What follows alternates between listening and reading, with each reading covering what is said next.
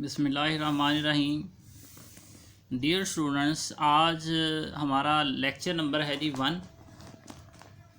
Be a economics کا chapter number 2، ٹھیک ہے، معاشی نظام۔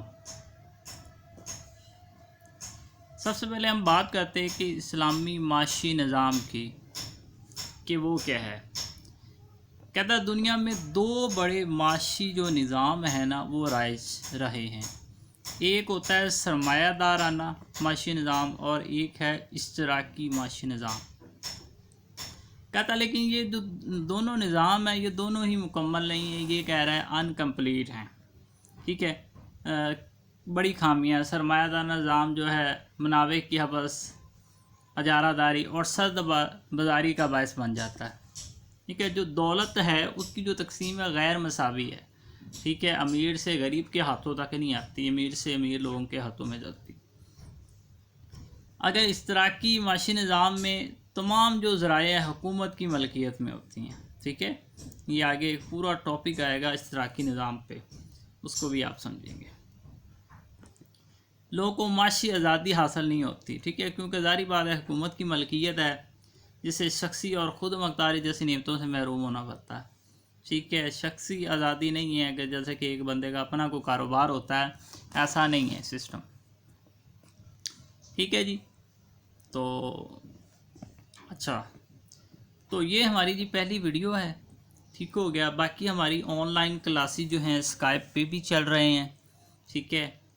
تو ڈسکرپشن میں بھی واٹس ایپ کا نمبر دیا گیا، آپ وہاں سے ہم سے کانٹیکٹ کر سکتے ہیں، ٹھیک ہے۔ مناسب فیسز پہ آپ کی کلاسز جو ہیں وہ چل رہی ہیں، ٹھیک ہے۔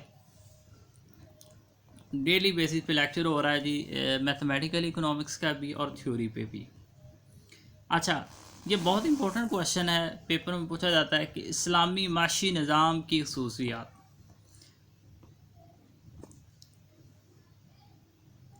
اچھا، رزق کے من اللہ، ٹھیک ہے، من اللہ کا مطلب ہے کہ رزق فراہم کرنے والی صرف اللہ کی ذات ہے، ٹھیک ہے۔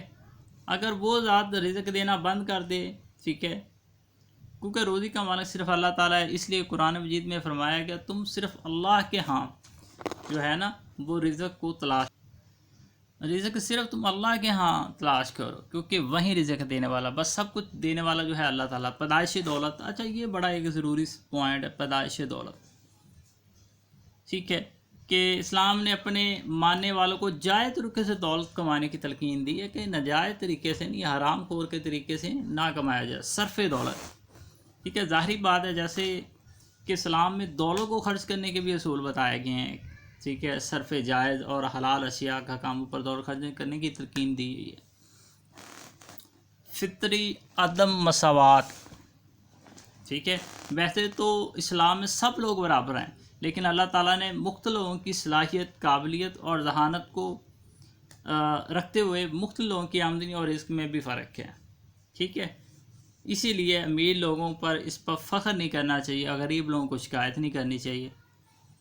اس کے بعد ایک اور پوائنٹ ہے جی امانت و صداقت۔ اگر کوئی شخص اپنا مال یا رقم کسی دوسرے شخص کو امانت دیتا ہے تو اس میں خیانت نہ کرے، ٹھیک ہے۔ وہ جو رقم ہے وہ اس کی مرضی کے بغیر وہ کسی کو دے نہیں سکتا۔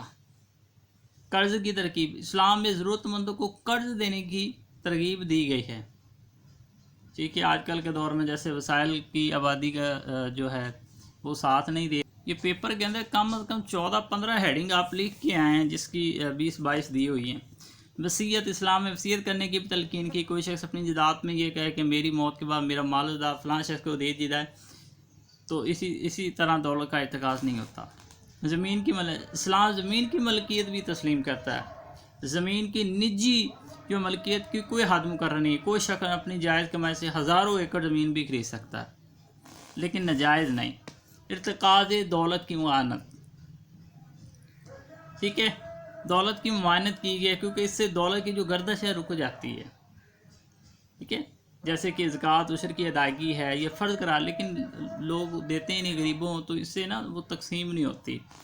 درست ناپ تول ہونا چاہیے، ٹھیک ہے، میانہ روی ہونی چاہیے، بندے کو فضول خرچ بھی، مال کو جمع نہیں کرنا چاہیے، اپنی صرف جائز ضروریات کو پورا کرنے کے لیے وہ کر سکتا ہے۔ درست منصوبہ بندی، اسلام میں کوئی کام شروع کرنے سے پہلے بتایا گیا کہ اس کی منصوبہ بندی کرنے کی تلقین کی گئی ہے، ٹھیک ہے، خامیوں کو دور کر کے بہترین پیشے کا انتخاب۔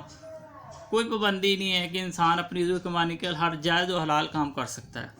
حکومت کی ذمہ داری کیا ہے؟ اسلام میں حکومت پر ذمہ داری عائد ہوتی ہے کہ معاشرے میں رہنے والے افراد کو اسلامی اصولوں کے تابع زندگی کی ترکیب دے۔ حلال و حرام میں بندے کو پتہ ہونا چاہیے۔ زکوٰۃ کے 5 ارکان ہیں، اور سب سے بڑا مقصد یہ کہ دولت کا غرض چند ہاتھوں میں نہ ہو۔ ملکیت کا حق،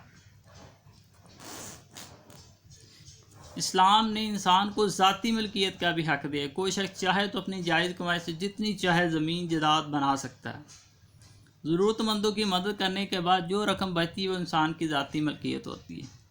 حکومت کی محدود مداخلت، اسلامی معاشی معاملات میں حکومت کی جو ہے محدود مداخلت کو پسند کرتا ہے۔ تو ڈیئر اسٹوڈنٹ، یہ آپ کا نا پہلا کوشچن تھا، تو انشاءاللہ 3-4 میرے لیکچرز کے اندر یہ آپ کا چیپٹر جو ہے نا کمپلیٹ ہو جائے گا۔ ڈیلی بیسس پہ 2 کوشچن بھی آپ کے سامنے شیئر کیے جائیں گے، ٹھیک ہے، جس سے آپ مستفید ہو سکتے ہیں۔